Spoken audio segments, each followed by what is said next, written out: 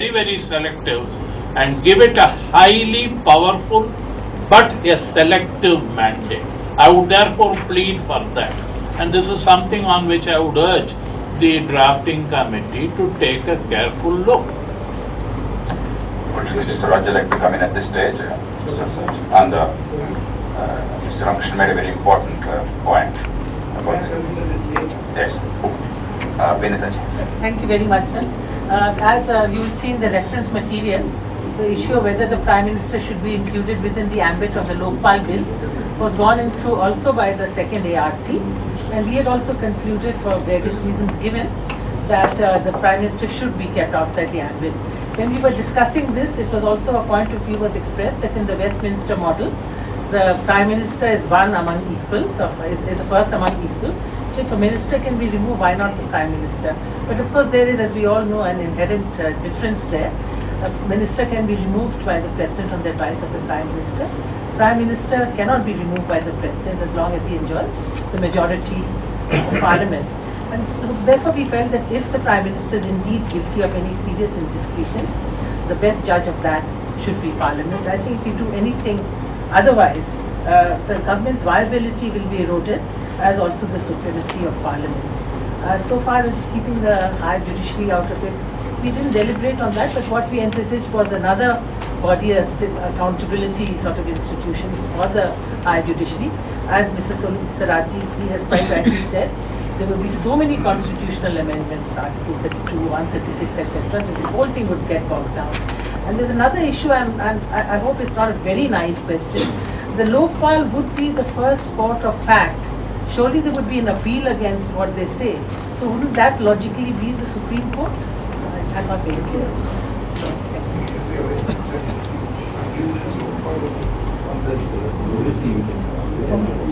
I'm not sure. Mr. T.S. Krishnamurthy. I'm not sure. Just one suggestion. You could think of a residuary provision instead of including Prime Minister and Judiciary and all that.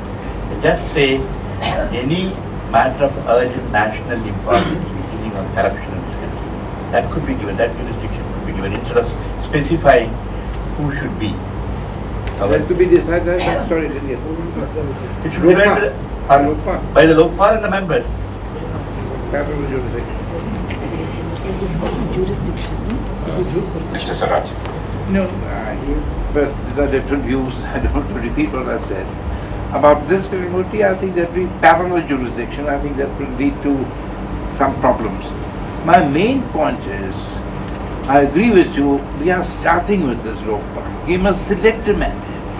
Don't make it this time too much, because it's bound to run into difficulties that people will be criticized not by people who are against the movement, but people who seriously think that they raise important constitutional issues.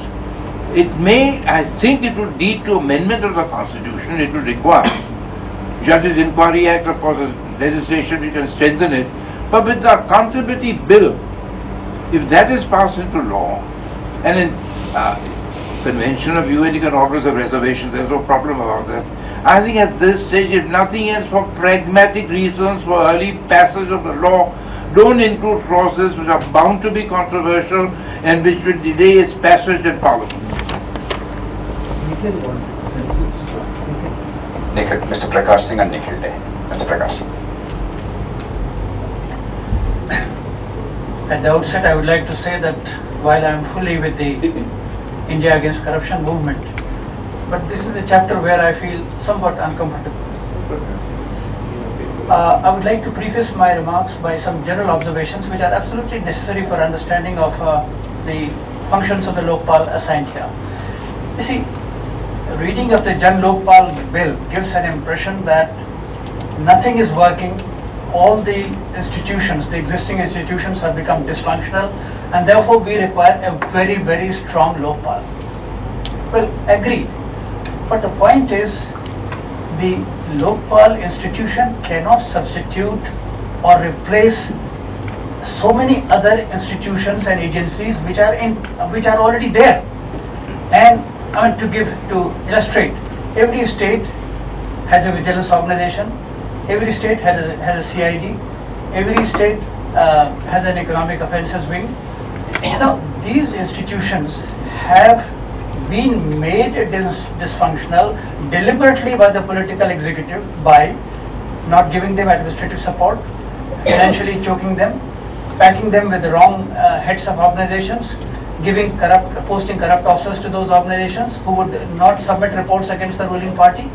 Now, the point is, I mean, this is not the mandate of this body or the joint committee which has been constituted, but it is equally essential that we go into the reasons why the existing institutions have become dysfunctional and try to revive them, try to rejuvenate them.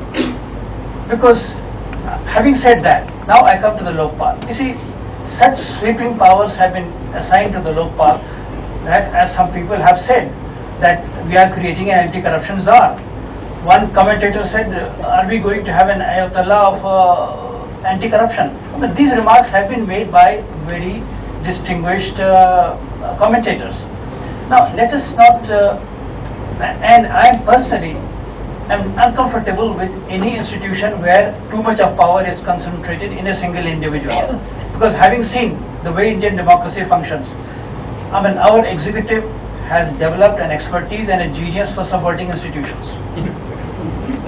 And assuming that a wrong kind of person gets posted as Lokpal, then God knows where will this Indian democracy go.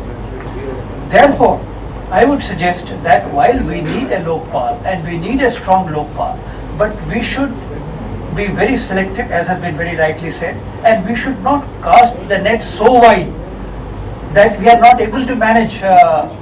I strongly suspect that if the Lokpal's mandate is what is visualized in the Jan Lokpal bill, he will be inundated with so many complaints, so many allegations, so many memorandums, and also so many grievances. Grievances are also there. I mean, that he will not have time even to diarize the number of complaints and the letters which are coming, let alone take action against. I mean, having visited a few information commissioners, they are already overburdened. And the Lokpal, there has been so much of media hype and there is going to be so much of expectation that I think they will be inundated, they will be flooded, and they will not know what to do with so many complaints. They will not have time even to read those complaints. So, I entirely agree with the suggestion just now made that their charter should be very limited and they should go after the big fish only. And that big fish, I mean, we can define that, I mean, only members of All India Services or members of these services, or even among All India Services, I would say take only Joint Secretary and above. Go after the big fish. If the big fish are taken care of, I am sure people down below would fall in line. So that is point number one I want to emphasize. Point number two, I mean, I agree that there is corruption in judiciary. I agree that some of the Chief Justices have not lived up to the expectations of the people. But I still think we should not tamper with the judiciary. All said and done, this is the only institution which still offers a glimmer of hope. That, I mean, that you can go to the judiciary and there is a fair chance, I mean, there is a 50% chance that you will get justice, that the matter would be, but I do not know. People may laugh.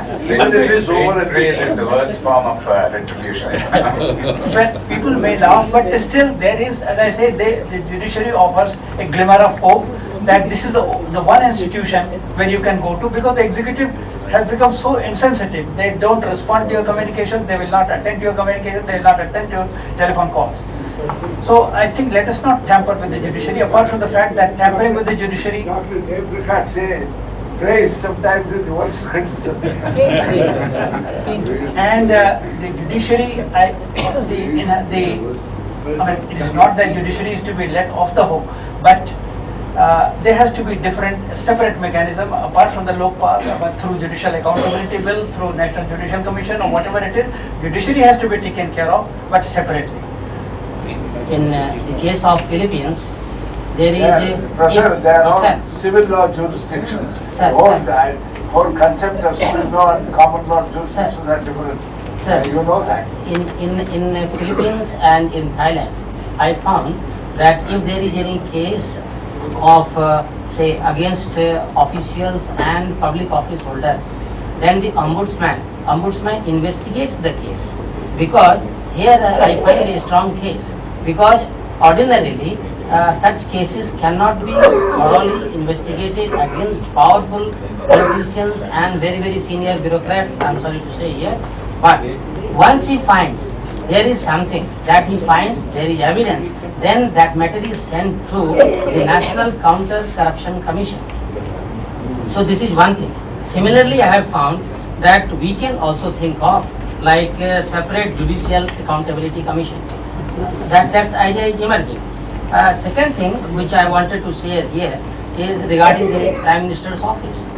I find that as far as back in 1962, since 1961, this idea is being discussed in the country. It has been mentioned somewhere that we are discussing it only since the last 43 years. Almost for the last 50 years we have been discussing this idea. That is when the Justice Committee report came out in England in 1961 under Sir John White. Since then India has been debating this. And in 1962 Jawaharlal Nehru is on record saying that Specific views because now time is of this. that the Prime Minister should be included. This office interests him because it can also look into the cases of allegations against Prime Minister, number one. Number two, when the bill that was proposed during Mr. Atal Bihari Vajpayee's tenure, that included Prime Minister. Again we find that there is a consensus emerging throughout the country that the Prime Minister should be included. Why should not the Prime Minister be included in the name of blah blah blah, instability of government, insecurity, international agencies? Do we want a corrupt Prime Minister or we want a better system, a corruption-free system? So we have to choose. If we have to choose between corruption and instability, I think we can go in for instability for some time. Thank you, Professor Jha. Nobody's case is that the Prime Minister of India should be corrupt. The case is what's the best way of maintaining integrity and the stability of the system and constitutional propriety, that's all. It's not one of them. Naveen Chandra. Sir पहली बात तो मेरा नाम नवीन नहीं है, मेरा नाम प्रमोद है। My apologies. अच्छा अब आगे बढ़े। ऑन नहीं हो रहा। ये करो, ये करो। अच्छा दूसरी बात मैंने ये कहनी थी कि हिंदुस्तानी तरीका ये है कि जब तक हमें सिर पे नहीं पड़ती हम कुछ नहीं करते।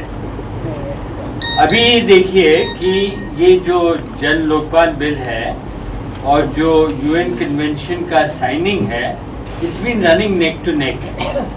अब क्या हुआ है देश में कि अभी थोड़े दिन पहले जब हमारे दोस्त यारों ने सब मिलके ये जन लोकपाल का आवाज उठाई और अन्ना जी सामने आ गए, तो अब इसका बहुत फोकस हो गया।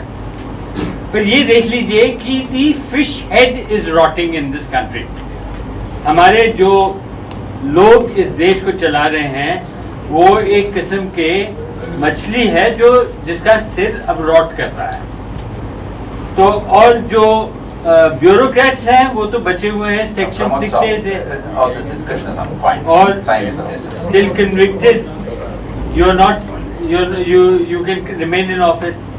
तो मेरे हिसाब से तो अब इस हालत में prime minister should be included, मेरा ये कहना है।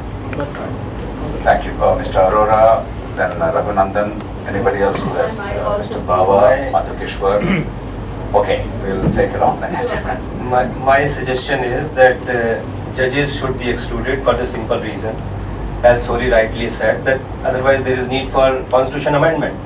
But if you have separate body for the judges, separate body for the judges would take care of this, that there is no need for amendment, and also it would take care of UNCAC.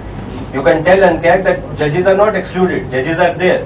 And it also has a great job for Kiran and Arvind also, because to exclude judges is very unpopular move. So they have a big job at their hand to tell the public that three great judges of all the time, Justice Verma, Justice Venkatarayan, Justice Krishna Iyer, they have formed it. That would also put pressure on the government, that both the bills are to be done together. So that is my suggestion, that should be put there, and you have a great job to explain to people that they are not excluded, they are separately included in a separate bill. That should be the plan, I think. Thank you. Rahul. I understand the practical difficulties of including the Prime Minister under this, but I think it's in the longer interest of democracy that the Prime Minister should be included. It's because of my vision of democracy. I believe that democracy, we should reach a level of democratic practice where institutions are important, conventions are important, and individuals actually, personality is faded. I mean, I would like India to be a democracy like Japan or like Switzerland. In Switzerland, the Prime Minister, the President changes every year, and the country runs without a blip.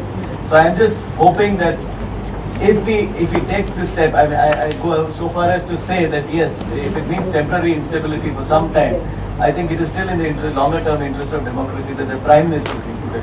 Judiciary, no, I don't think the judiciary should be included for reasons already stated. Mr. Babu. All the points have already been said. I just want to discuss from our side. One is that we should not do anything which disturbs the constitutional scheme of things. This is what has been, I will not elaborate on that. Second is the judiciary must be kept out of this, and the judiciary would be taken into consideration by the Judicial Accountability Bill that is already in the open. Third is that Prime Minister should also be kept out of this, because Prime Minister can be removed by other methods. So therefore, Prime Minister need not be under this institution. Madhukeshwar.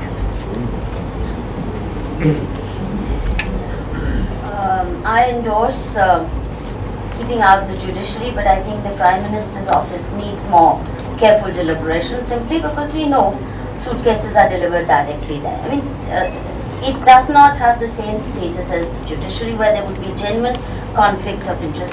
But I don't want to, this issue to be decided in just one round. I think it requires much greater deliberation. Secondly, I think politicians, when we're looking at how to combat corruption, it's clear to anybody who knows the system and how it functions that politicians cannot be corrupt without collaboration of the bureaucracy. And if you rein the bureaucracy, because they are the ones who ultimately sign, that's a good part of corruption taken care of.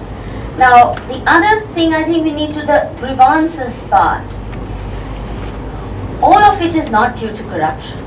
Most of it is due to a very dysfunctional system. Our system today is not designed to even handle RTI queries. In the last 2 years, I have filed close to 50-60 RTI applications, all pointed, all purposeful. I am not a full-time RTI compulsive activist. Yet I haven't received an honest answer to even one. It just keeps going the rounds. And it's not just because these guys don't want to, they want to cover their corruption, but because an IS officer presides over a system of babus who can't even write a single letter, leave alone compile data, whatever. So the point that I'm trying to make is the system is so humongously dysfunctional that adding grievances, I can tell you which one of us has 1,500 per week grievances to reach to the Lokpal, and it should not become like in some ways what has happened to the RTI, because we are trying to use the RTI to settle all kinds of scores. Secondly, I think the bill, when it's talking about grievances, wasteful expenditure, actions which establish intent of corruption, there is an ideological baggage to it which needs to be carefully examined, and that ideological baggage is any deal with corporate sector is going to be inherently corrupt. We've already got a super Lokpal of the environment in the form of Jairam Ramesh, and we know how arbitrary his actions are. Where he needs to act, he closes his eyes merrily, and where he doesn't need to act, he will issue fatwas and he will issue sultani farmans, ye band, wo band, and everything can come to a standstill. My sense is that today, as we well know, the country is divided into pro-liberalization and anti-liberalization camp. There is one set of people who believe liberalization itself is evil, and therefore you need to strengthen the hands of the bureaucracy in stopping this and stopping that. The point that I'm trying to make is that that battle, that ideological battle, whether we go in for liberalization or not, has to be fought separately. We cannot make the Lokpal as an institution for doing that. And we know very well how anything, I mean, Mr. Shanti Bhushan himself has become a victim of this whole land grant. No, I'm saying the manner in which it's being used, whether it was genuine, not genuine, the point that I'm trying to make is many projects, development projects, many corporate sector investments, POSCO or no POSCO, we're not able to actually decide on the merits of the issues. It depends on, as I said, the fatwa of the Environment Ministry. And it's very arbitrary one day, it's no one. And I think I see that ideological baggage which needs to be taken care of. Finally, one quick point. This genius for subversion that people talked of. This government did not allow something as innocuous as family courts to function because they wouldn't equip them. That's as nothing could be more innocuous, and we know that even that was not done. So if the Lokpal takes on every institution in the country, the judiciary, the this, that, all will gang up to make sure it doesn't work. Now we've made judicial accountability bill, and I think I agree with you that it should be done simultaneously. But my request is that we also add police reform simultaneously, because the best of judges cannot function without honest police thana, without honest investigations at the police station level, not just at the level of. And last point, see, corruption, we think as though it's such a huge problem, especially as far as ordinary citizens are concerned. Right now, it's the sexy part of corruption that is in limelight, not the routine little harassment, petty tyrannies, bribes that ordinary citizens, a street vendor, rickshaw puller, so-and-so has to pay. I saw, for example, a whole district within a matter of 4 months under, in Punjab, Nawashahar district, with this one genius IS officer who decided who was not content at just being a good guy and saying, I'll be good and impartial, but within 4 months, he introduced such far-reaching administrative reforms in the system that every service from cradle to your grave, every service that the citizen requires, got to you within a time frame under one window, under one head, in one office. You didn't have to run from office to office. Within 4 months, the system became corruption-free because it set in very transparent mechanisms for monitoring whether services were being delivered in time or not. And I think that's 90% of corruption or more. And that's what we need to focus, which can't happen without delivery mechanisms in every office being set right. And the Lokpal, as my friend said, Lokpal focusing on the big fish, on key select issues which are beyond the pale of the administrative reforms that are needed, say in the municipal corporation or whatever. Focus is very essential, otherwise it will collapse under its own burden. Just a comment before Prashant makes a contribution. One is preventive vigilance we can discuss later. Should there be some overall direction rather than being burdened with day-to-day detail? The second is, to the extent that anti-corruption agency, police are involved, I think we can address that in Lokpal bill. I don't see how police reform can be addressed at one fell swoop now, because that, in my judgment, is the last one to happen. Judicial accountability, you can't insist that happens simultaneously? But it will not happen, we know for a fact. It will take time. But at least anti-corruption wing, you can now see that this bill becomes a mechanism to completely insulate from political vagaries. Otherwise, if you ask for too much, nothing will happen. That's the risk. Prashant. About the Prime Minister's inclusion. See, firstly, this bill gives the power of investigation and prosecution for corruption to the various institutions or machineries under the Lokpal or to the Lokpal. It does not, so far as misconduct is concerned, misconduct, the jurisdiction of the Lokpal is restricted only to government servants. That does not extend either to judges or to political functionaries, that is ministers, etc. So far as ministers and judges are concerned, the jurisdiction is restricted only to corruption investigations and prosecution. Now, it's been said that the Prime Minister should not be subject to this because it will create instability, etc. I am not aware of any country, any democratic country, where the head of state or the head of the government at any rate is exempt from all anti-corruption investigation. As far as I know, in UK the Prime Minister is subjected to some kind of anti-corruption investigation. In the US the President is subjected to anti-corruption investigation. So,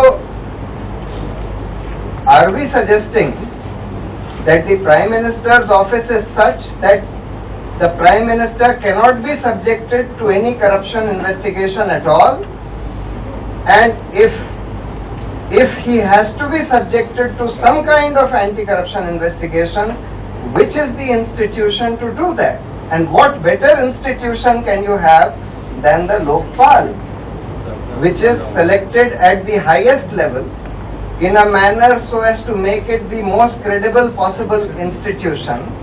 And therefore, if any institution is going to investigate the Prime Minister, to my mind it has to be the Lokpal. You can build in a further safeguard saying that, well, at least 5 members or 7 members of the Lokpal should sanction any investigation against the Prime Minister.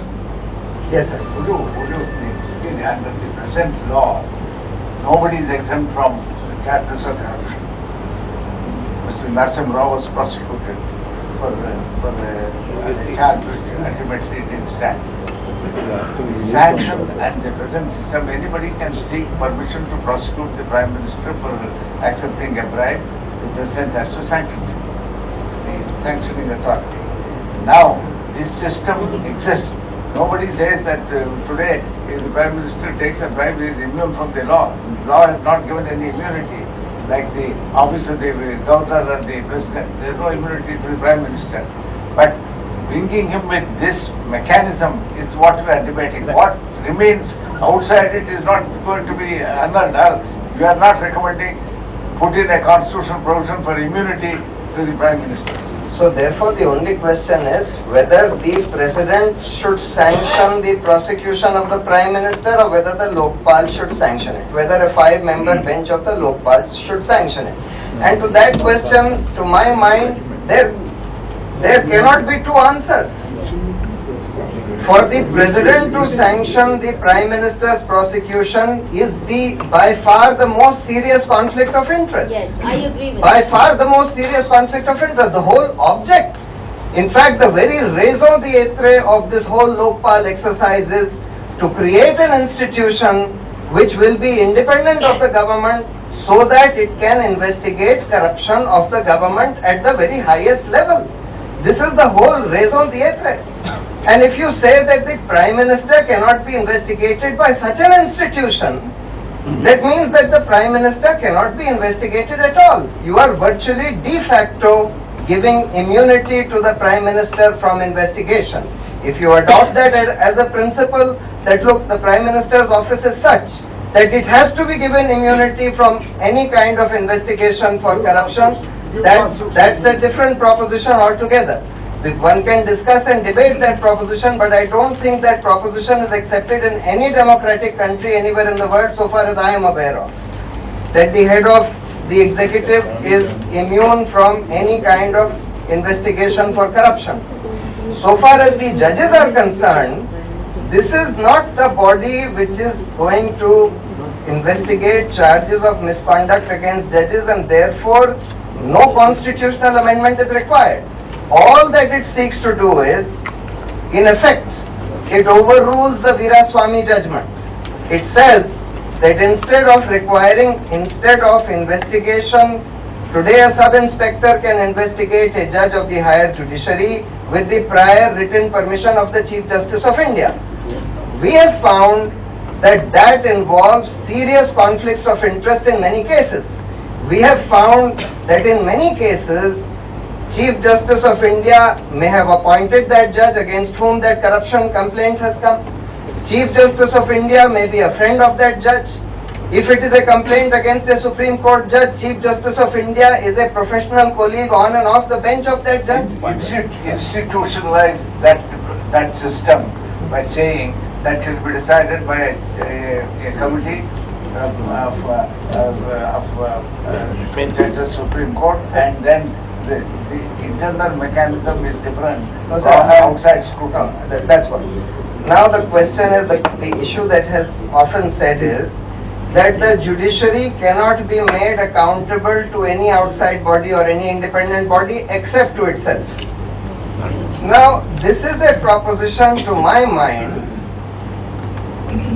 which creates the same problem. Why can't the executive say that the executive, the ministers or the prime minister cannot be made accountable to anybody except to themselves? Therefore, we are seeking to create independence of the judiciary. The point is well made, Prashant. There are serious differences of view, and let us take them on board. Mr. Govindacharji. हमें विशेष राजनीतिक और सामाजिक माहौल में ये सब सोच रहे हैं, उससे डीलिंग होकर सोचने से फायदा नहीं है। मेरा निवेदन है कि ये लोकपाल बिल सफल तभी होगा अपने काम में जब ये छोटा हो, सरल हो और जितना पचे उतना खाएं, इस आधार पर राजनीति और नौकरशाही के शीर्षस्थ लोगों के बारे में फोकस्ड काम करने की स्थिति में हो। इसलिए इसको जितना फोकस छोटा रखेंगे दायरे को, उतना हम परिणाम देकर विश्वास जगा सकेंगे। आगे इसके और जो फलित होंगे अनुभव से, उससे समाज लाभ लेगा। दूसरी बात, जो पीएम ऑफिस की बात आई, कोई मैकेनिज्म जरूर इवॉल्व करना चाहिए कि वो एक तो छुट्टे बैल की तरह ना रहे। दूसरा, जो अभी बात निखिल ने कहा था वो महत्वपूर्ण विषय है कि एक मिनिस्टर का काम करते हुए अगर वो हजारों करोड़ का ऑब्लिगेशन दे दें और जो कि वो प्राइम मिनिस्टर है इसलिए वो दायरे में लाए ही न जा सके, ये पर्पस को ही फॉरफिट करेगा। इसमें सेंसिटिविटी के साथ मैकेनिज्म क्या इवॉल्व हो, इस पर इन डेप्थ इलैबोरेशन डिलिबरेशंस की जरूरत है, ऐसा मैं मानता हूं। जुडिशरी के लिए हम अभी शायद जुडिशियल कमीशन रिपोर्ट, उसके द्वारा इंटरनल मैकेनिज्म क्या बनाया है उन्होंने, वो कितना पारित होता है, इस आधार पर उस पहलू को हम थोड़े समय के बाद लड़ाई में शामिल करें तो ज्यादा उपयोगी और हम ज्यादा क्रेडिबल साउंड करेंगे। Mr. Babu. One issue which was decided by the Supreme Court in Narasimha Rao versus CBI has not yet been decided. This judgment had laid down. The judgment had laid down that every legislator is a public servant, and then it said because he is a public servant, he is not immune to the operation of the Prevention of Corruption Act. On the third issue, who will grant sanction to prosecute? Now this issue has not been decided, and the Supreme Court left it to the genius of the Parliament to resolve this issue. So unless this issue is decided, and it's a decision of the Supreme Court, Apex Court, unless this issue is decided, you will not be able to improve the Prime Minister. Will you mention that again, last point, Mr. Babu? The issue as to who will grant sanction to prosecute the Prime Minister or a legislator has not yet been decided, and the Supreme Court had not adjudicated on that issue. Supreme Court said that this issue will be decided by the legislator or by the Parliament itself, and they believed in that. This judgment was delivered in 1999. Until now, no mechanism has been, let alone the Prime Minister. Even other legislators cannot be acted upon, because there is no body which will grant sanction to prosecute, and who grants the sanction to prosecute? The appointing authority, and they said, we don't know who the appointing authority is, let the parliament decide. Maya, I hope you are not left. There's a chair. Actually, just a quick point to endorse what Professor Jha said, and Prashant and Mr. Govindacharya. I can't see any compelling reason not to include the Prime Minister. The issues are separate of what triggers the investigation, whether or not there will be sanction, and then how he will be removed. These are all three things that have to be parsed out carefully. But at the moment, I cannot see any particularly compelling reason for having to excluding a Prime Minister who is strongly suspect of being corrupt. How will he run a clean cabinet, or how will the rest of the Lokpal bill trigger prosecutions and investigations of ministers and senior officials if the Prime Minister is out of it and yet is himself extremely suspect? So this is also a question of principle.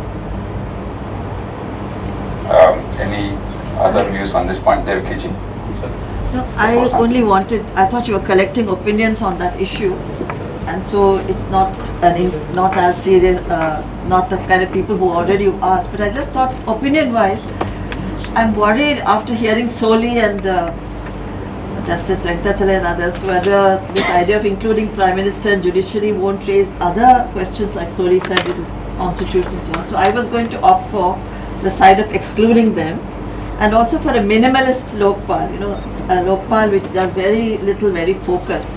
But I am now revising my view after hearing Prashant and others, that maybe I would like to say leave it open till we know more. But what I want to also emphasize, JP, is that this is such an informed debate we've had amongst legal luminaries, that it would be very helpful if towards the end of the day we did take a view on this, because it's very difficult to get this kind of cross opinions that we got today. Arvind. I just want to make two comments. One is, maybe there is some drafting error, that there are some serious misconceptions about the bill. I mean, for instance, Mr. Prakash Singh ji said that they would not even have the time to diarize it, etc., etc. Actually, that's not the structure that we have visualized. So, judiciary ke liye, we are not tampering with the constitution. There are two things which have to be appreciated. One is the removal of the judiciary. We are not asking for the removal of the judiciary. We are not saying at all उनके impeachment के process को हम लोग नहीं touch कर रहे. हम केवल ये कह रहे हैं कि आज जो पब्लिक सर्वेंट की डेफिनेशन है प्रिवेंशन ऑफ करप्शन एक्ट में, इन विच हायर जजेस आर आल्सो इन्वॉल्व्ड, उसको इन्वेस्टिगेट कौन करेगा? कौन सी एजेंसी है जो उसको इन्वेस्टिगेट कर सकती है, जिसके पास पुलिस पावर्स है इन्वेस्टिगेट करने की? There is no agency, there is no credible agency. So all that we are saying कि लोकपाल आज एक जो सब इंस्पेक्टर सुप्रीम कोर्ट के जज के खिलाफ एक एफआईआर दर्ज कर सकता है, हम कह रहे हैं कि सब इंस्पेक्टर ना करे, कोई सीनियर ऑफिसर करे. I think judiciary should rejoice over this. All that we are saying is, rather than the Chief Justice of India granting permission to register an FIR, there should be a 7-judge bench which should grant permission for registration of FIR.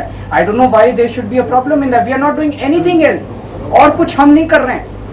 As far as the overburdening of the this thing is concerned, we were also concerned about it. उसका मेरे को आपको 10 minute देना पड़ेगा, so that we don't have a meaningless debate. I can explain the structure that we have in mind. I will now try the impossible as a Dr. Mishra, and then I will make a couple of comments, and then Justice Santosh Shekte before we break up for lunch. You see, it has been our experience that corruption starts and flows from the top. ये गंगा गंगोत्री से निकलती है, वो सागर से नहीं निकलती. So this has to be stopped at the apex and of our political and government structure. Prime Minister forms the top position. If we have an honest Prime Minister, then hopefully corruption index would go low. So Prime Minister must be brought under the purview of this Act. As very correctly pointed out, as far as higher judiciary is concerned, only the investigation is to be entrusted to Lokpal. He is not going to try them as such. Now, shouldn't judges of higher fora be investigated if there are substantial allegations of corruption? And if they are to be investigated, then by whom? Definitely a Lokpal would be a better instrument for investigation compared to the existing instruments. So therefore they should also be brought in.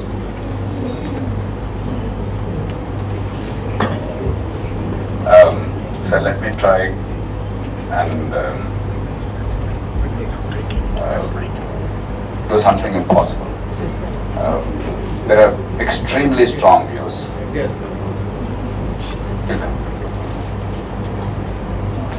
One, I think the broad consensus appears to be that judiciary must be accountable, but whether this is the institution or not is questionable. I would go out on a limb and say the broad consensus is there must be an independent national judicial commission, an even stronger body than Lokpal in terms of its stature and functionaries. And very soon that will be made public because already it's finalized that work after 6 months of serious deliberation and very deep examination. And we must insist on that going. The issue of Prime Minister, through extremely strong views, have emerged. And apparently the incumbent Prime Minister of India himself is willing to include that office. Therefore, it's not really that the government has one position and the civil society has another position. It's merely that many people are concerned about the country. Some of them have one point of view. And I think we best leave it to the judgment of the Parliament of this country at this stage, because I don't see how you can reconcile this view of the Prime Minister's role, because both points of view have merit. But under any circumstances, even if the Prime Minister is to be exempted, the office of the Prime Minister, the Prime Minister's office, is not exempt. No civil servant is exempted. I think that must be clear. In the guise of a Prime Minister being exempt, it's not like White House. It's the Prime Minister as a functionary, period, if at all.